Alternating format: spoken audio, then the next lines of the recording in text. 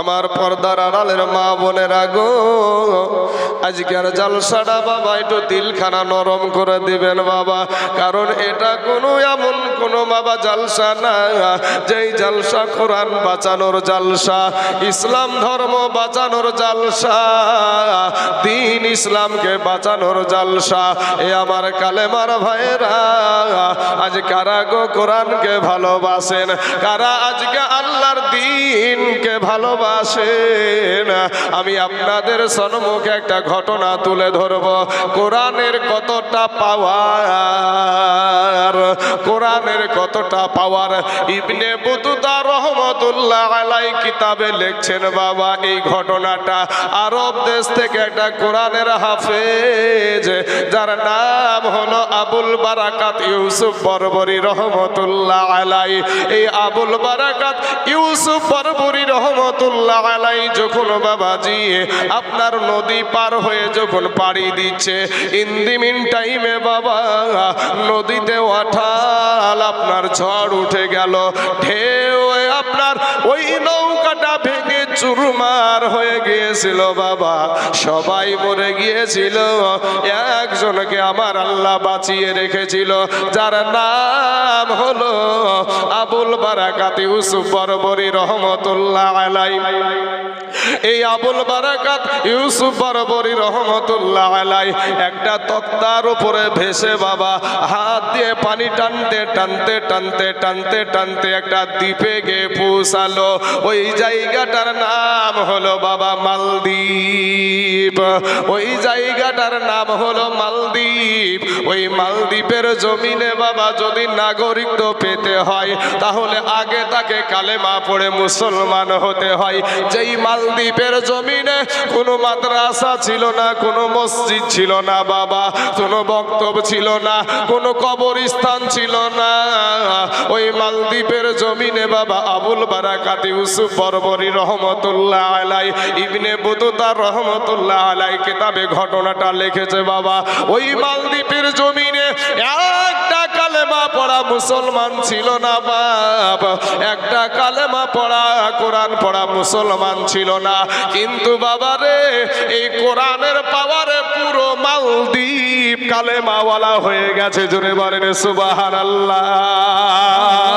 এ বাবাজি, এই কোরআনের পাওয়ারের কারণে পুরা মালদ্বীপটা আজকে কোরআনওয়ালা হয়ে গেছে।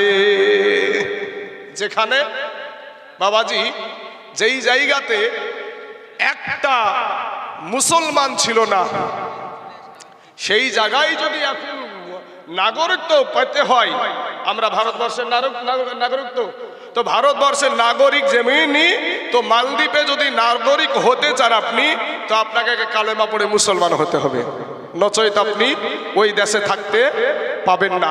কিন্তু এমন একটা সময় ছিল যখন মালদ্বীপে একটা মুসলমান ছিল না, মসজিদ ছিল না, মাদ্রাসা ছিল না, মক্তব ছিল না। আবুল বারাকাত ইউসুফ বরবরি রহমতুল্লাহ আলাই মা হারা বাবা হারা সন্তান, কোরআনের হাফিজ, কোরআনের হাফিজ। আজকের যেই ছেলেগুলা কোরআনের হাফিজ হয়েছে পৃথিবীর জমিনে, এমন কোন কিতাব আছে যেই কিতাব বাবা প্রত্যেকটা ছেলেদের ব্রেনটে গেঁথে রেখেছে, সিনায় রেখেছে? কোনো কিতাব নাই। একটাই কিতাব আছে, সেটা হলো আল কোরআন। এই কোরআনের পাওয়ার বাবাজি, একটা হাফিজ সাহেব সুবহানাল্লাহ একটা আয়াত মুখস্থ করতে গিয়ে যে কতবার যে পড়তে হয়, সবক তৈরি করতে, সবক বলতে বাবা আমরা হয়তো হুজুররা বুঝে লিখছে সবক, আর সবক হলো নতুন পড়া, মানে নতুন যে পড়াটা তৈরি করে ওটাকে বলা হয় সবক। সবক সবক করা আমুকটা আছে, এটা একটা স্টেজ বাই স্টেজ, ওটা বিষয় আমি বলবো না। তো একটা পড়াকে যে কতবার যে ওকে পড়ে মুখস্থ করতে হয়েছে, এরপরেও থেমে নাই, এরপরেও থেমে নাই, ওকে বাবা পড়তেই হচ্ছে, পড়তেই হচ্ছে, নচেত বাবাজি পাখি হারায়া যাবে।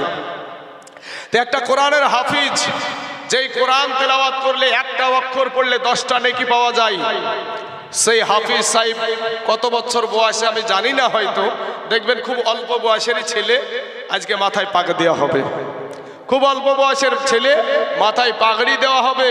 কোন কিসের কারণে? এই যে কালামটা আপনারা দেখছেন, এটা দুনিয়ার কোন মানুষের কথা না, এই কোরআনে যে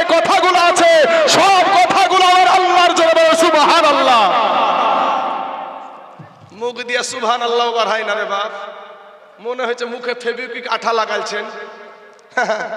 ভাই হাসেন না। কবর এমন একটা জায়গা, কবর এমন একটা জায়গা, তিনখানা কাফন ছাড়া আপনাকে কিছুই দিবে না। এক্ষুনি ময়রা দেখেন, এক্ষুনি ময়রা দেখেন কোন বন্ধুটা আপনাকে কবরে যায় আপনার সাথে। যেই বন্ধুরা হাত ধরে টেনে টেনে আজকে রাস্তায় ঘোরাচ্ছে, যেই সমস্ত নারীরা দেখা করতে এসে ফোন করি, আসো যার সাথে দেখা করবো, ফাঁকা আছে আজ। হ্যাঁ, ওরে নারী জাতি কমলতি, এই নারী জাতি কমলতি কি বা মন্ত্র জানে, আর প্রেমের রশি গলায় দিয়ায় আস্তে আস্তে টানে। এই শহরে বাজারে দেখো নারীদের ঢল, আর পর্দাবিহীন চলে তারা করে ঝলমল। আছে না নাই? ব্রাদার ইসলাম মুআজ্জাজ সামিন ইকরাম। তাই বাবা আবুল বারাকাত ইউসুফ বরবরি রহমতুল্লাহ আলাই একটা ছিল কোরআনের হাফিজ সাহেব, যাকে দেখছেন, যার হাতে আজ কত হাফিজ হলো আল্লাহ ভালো জানে বাবা। এই যে ব্যক্তিটাকে দেখছেন, এর হাত দিয়ে যে কত হাফেজ এই মাদ্রাসাতে প্রত্যেক বছরে বের হচ্ছে বাবা। এই মানুষটাকে দেখলে একটা সওয়াব আছে, এই মানুষটাকে দেখলেও সওয়াব আছে, একটা আলেম উলামাকে দর্শন করলে সওয়াব আছে। যার কারণে আজ এতগুলা কোরআনের হাফেজ তৈরি হচ্ছে, আল্লাহর কালামের হাফেজ। জাতামাতা বিষয় না। সম্মানিত আমার বাবাজি, আমার ভাই জানেরা, যখন বাবা ওই আবুল বারাকাত ইউসুফ বরবরি রহমতুল্লাহ আলাই একটা দ্বীপে গিয়ে যখন আপনার থেকে গেল, দ্বীপে গিয়ে যখন ভিড়ল, এদিক ওদিকে তাকায়া দেখে কেউ নাই রে বাবা। টুক টুক টুক টুক টুক টুক টুক টুক করে গ্রামের দিকে রওনা দিল বাবা রে। আবুল বারাকাত ইউসুফ বরবরি রহমতুল্লাহ আলাই মনের তামান্না, আমি কোন মসজিদে যাব, আর মসজিদে গিয়া আমি মুসল্লিদেরকে বলবো, আমার মা দুনিয়ার জমিন থেকে পানিতে ডুবায়া হারিয়ে গেল গো, আমার আব্বা জান পানিতে ডুবে হারিয়ে গেল, আমি এখন মা হারায়েতিম, বাবা হারায়েতিম। কবি বলছেন বাল্য কালে মা বাপ যার মরে রে,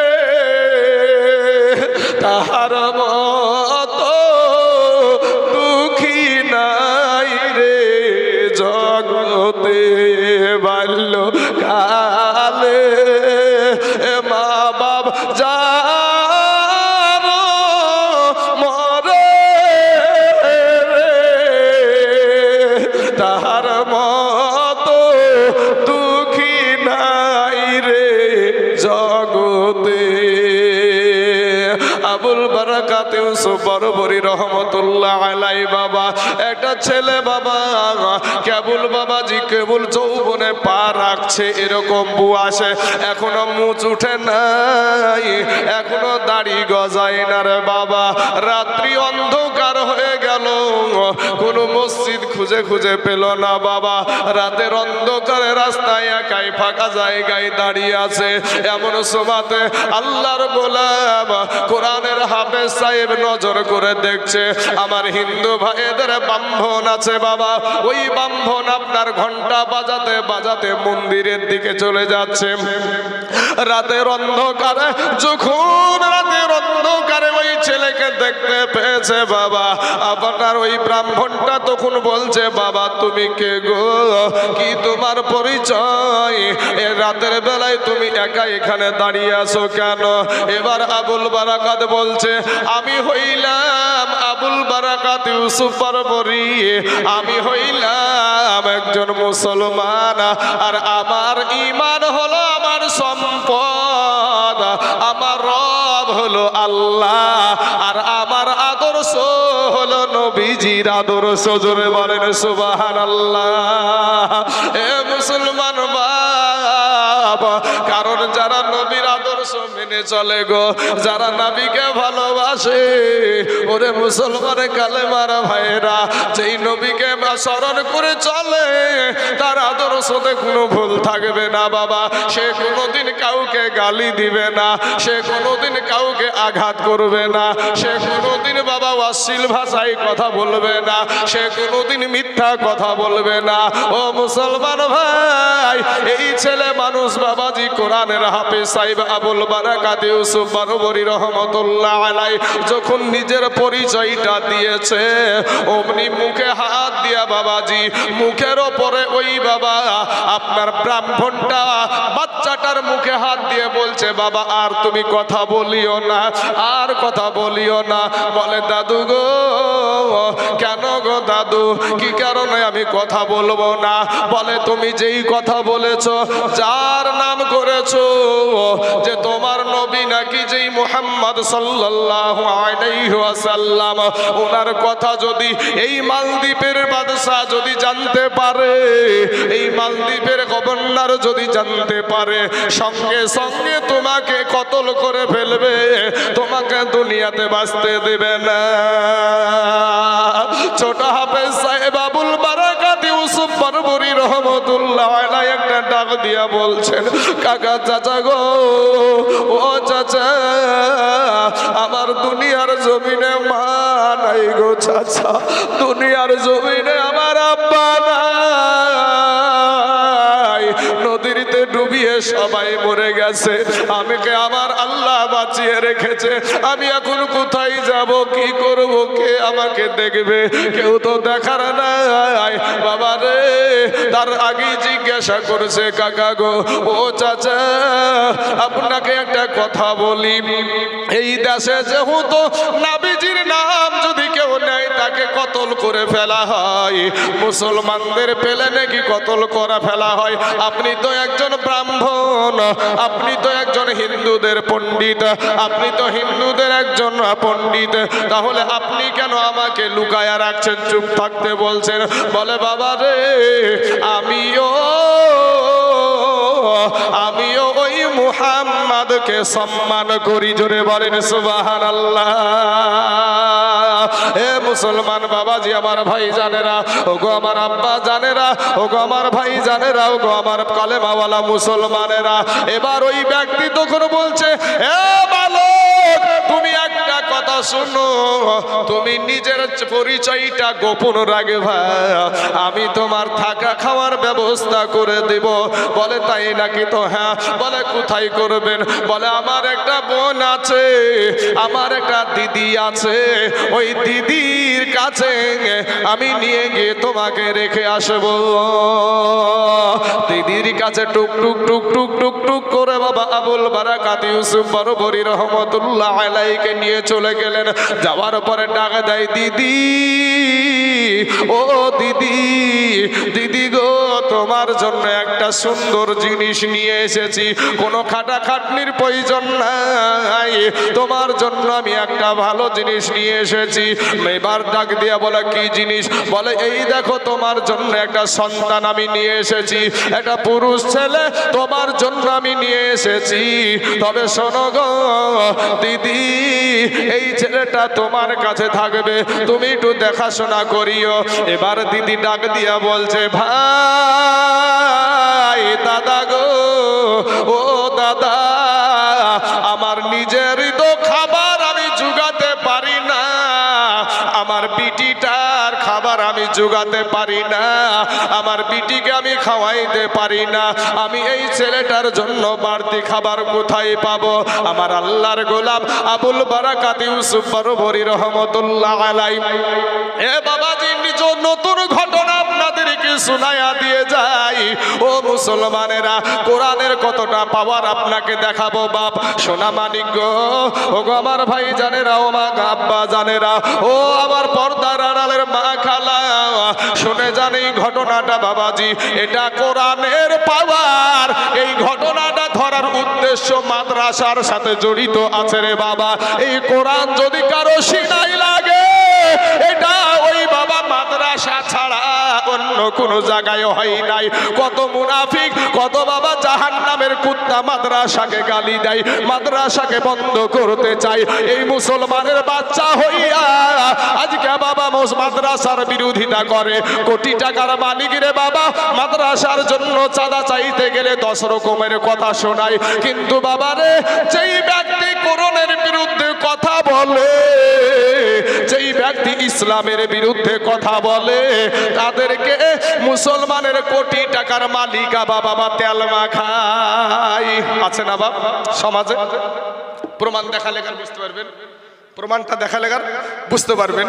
এ বাবা, আমাদের কোরআনকে নিয়ে আমাদের মাননীয় সাহেব বলেছিলেন যে কোরআনের উন্নয়ন ফুরিয়ে যাবে। আমি কোনো রাজনীতি করি না ভাই, তবে আমার কোরআনের বিরুদ্ধে কেউ কথা বললে তার বিরুদ্ধে আমার জন্য কথা বলা আমার জন্য ওয়াজিব হয়ে যায়, আপনার জন্য ওয়াজিব হয়ে যায়। যে কোরআনের পক্ষে থাকবে সে তার পক্ষে আপনাকে থাকতে হবে, যে কোরআনের পক্ষে থাকবে না তার পক্ষে আপনারও থাকা চলবে। এই চলবে, একটা কথা বলেন চলবে? আপনাদের জবান দিয়ে কথা নাই রে ভাই, জবান আল্লাহর দান গো। একটা জিজ্ঞেস করলে বলেন না কেন, রাগ করছেন কি? আপনাদের রাগ হয়েছে নাকি গো? তাহলে যে উত্তরটা চাইছি, তো আমাদের মাননীয় সাহেব বললেন যে কোরআনের উন্নয়ন ফুরে যাবে, কিন্তু আমি মমতার উন্নয়ন ফুরাবে না। এটা কোরআনের সাথে বেয়াদবি হয়েছে না হয় নাই? এই হয়েছে না হয় নাই? তো কোরআনের সাথে যে বেয়াদবি করবে তাকে আমাকে সম্মান করতে হবে। বাবাজি আমার, সোনা মানিকের আমার ভাই জানেরা, মাদ্রাসার জমি, এই যে মাদ্রাসার জমিটা, এই মাদ্রাসার জমিটা মুসলমানদের জমি না বিধর্মীদের জমি রে ভাই? এই যুবকেরা কথা বলো ভাই, মাদ্রাসার জমিটা মুসলমানের না বিধর্মীদের? মাদ্রাসার জমি মুসলমানদের জমি, গরুস্থানের জমি মুসলমানদের জমি, ঈদগাহার জমি মুসলমানদের জমি, কবরস্থানের জমি মুসলমানদের জমি। কোন কারক এটা, এই ওয়াকাফ সম্পত্তিটা, এই ওয়াকাফ সম্পত্তিগুলা কোন কাফেরের বাবার সম্পত্তি নয়, এটা মুসলমানের সম্পত্তি।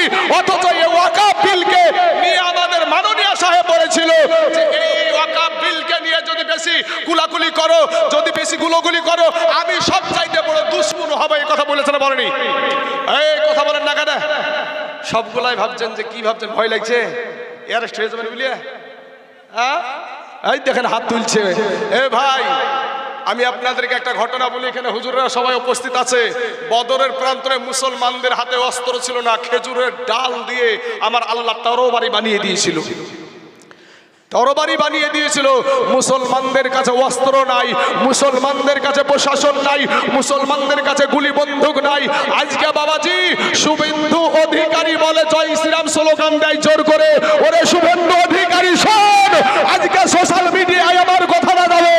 এই শুভেন্দু অধিকারীকে বলছি যে তুই যদি একবার জয় শ্রীরামের স্লোগান দিতে পারিস, আমরা কালেমাওয়ালা মুসলমান ওই একবারের বদলে 1000 বার আমরা তাকবীরের ধ্বনি দিতে পারি, কোনো কাউকে পরোয়া করি না, কিন্তু তাদের মতন আমরা বেয়াদব না। সুবহানাল্লাহ। নারা তাকবীর, নারা তাকবীর, নারা রিসালাত, নারা রিসালাত। মাসলাকে আলা হযরত, মাসলাকে আলা হযরত উলামা আহলে সুন্নাত হযরত হাফেজ কারি মাওলানা মোহাম্মদ তাজুল ইসলাম সাহেব। নারা তাকবীর, নারা রিসালাত। জয় শ্রীরামের স্লোগান দিয়ে মুসলমানদেরকে ভয় দেখায়, আর একবার বলাতে আমরা 1000 বার নারায় তাকবীরের ধ্বনি দেওয়ার ক্ষমতা রাখি, বুকে সাহস রাখি, কিন্তু আমরা করি না। ওদের মতন বেয়াদব না আমরা। কথা ঠিক না বেঠিক? ওদের মতন আমরা বেয়াদব না। তোর মতন জাহান্নামের কুত্তাকে যে কোনো টাইমে আমরা সাইজ করতে পারি, কিন্তু না, আমরা আইনকে সম্মান করি, প্রাধান্য দিয়ে চলি।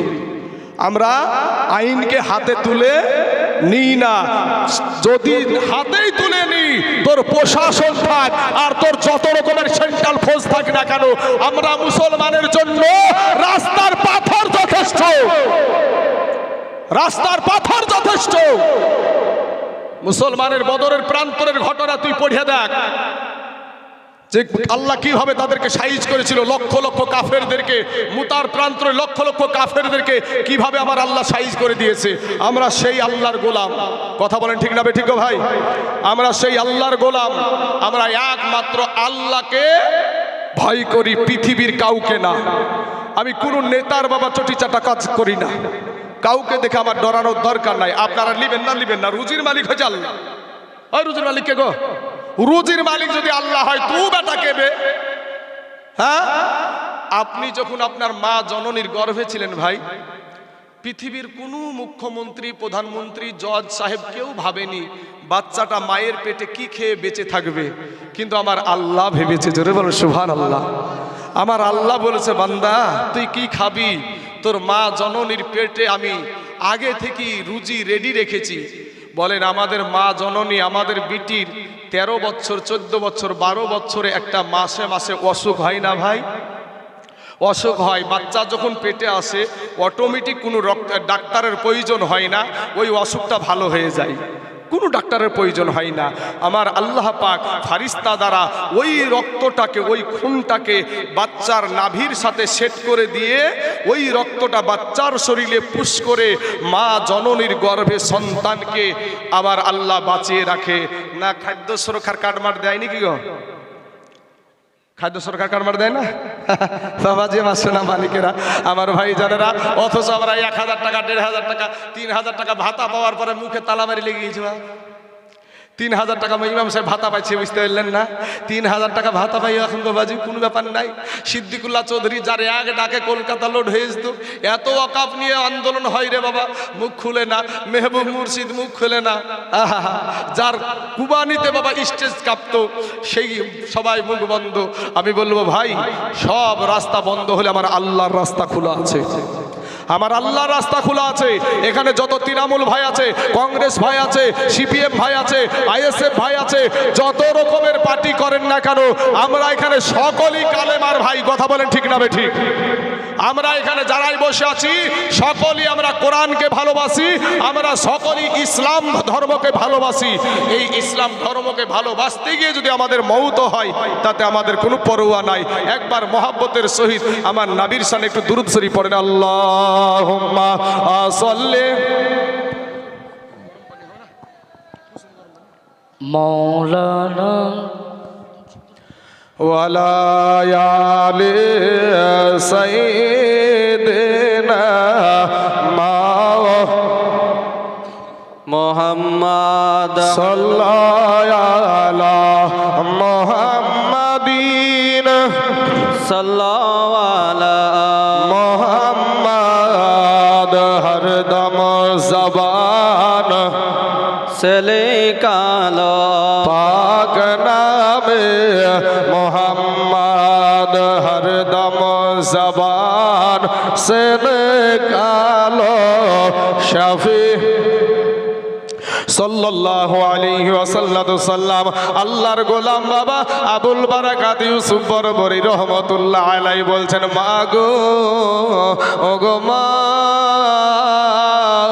চিন্তা করিয়েন না মা, টেনশন করিয়েন না মা, আমি আবুল বারাকাত আমি প্রত্যেক দিন জংলায় কাঠ কাটবো গো মা। আর ওই কাঠ কাটার পরে আমি বাজারে নিয়ে গিয়ে বিক্রি করব গো মা। আর বিক্রি করে করে আপনাদেরকে, আপনি মা আর আমার বোনটাকে আমি খাওয়াবো। জোরে বলেন সুবহানাল্লাহ। মহিলাটাকে যখন বাবা মা বলে ডেকেছে, মহিলাটার দিলটা নরম হয়ে গেছে রে বাবা, মহিলাটার অন্তরটা নরম হয়ে গেছে। দাদাকে ডাক দিয়া বলে, দাদা ঠিক আছে, এই ছেলে আমার কাছে থেকে গেল। এবার আবুল বারাকাত ইউসুফ বরবরী রহমাতুল্লাহ আলাইহি জংলার গাছের আড়ালে নামাজ আদায় করে আল্লাহকে ডাকে। এই ডাকতে ডাকতে 1 মাস গেল, 2 মাস গেল, 3 মাস গেল, 6 মাস যখন হয়ে গেছে বাবা, একদিন বাড়িতে ফিরি দেখছে যে তার বোনটা বাবা চোখ দিয়া অঝর নয়নে পানি ঝরছে। তার মা জননী বাবা, পালিত মা, ওই মা জননীর চোখ দিয়া পানি ঝরছে। আবুল বারাকাত ইউসুফ বরবরী রহমাতুল্লাহ আলাইহি একটা ডাক দিয়া বলে, মা গো, ও গো মা, দুনিয়ার জমিনে আমার গর্ভধারণী মা নাই, দুনিয়ার জমিনে আমার আব্বা নাই। ও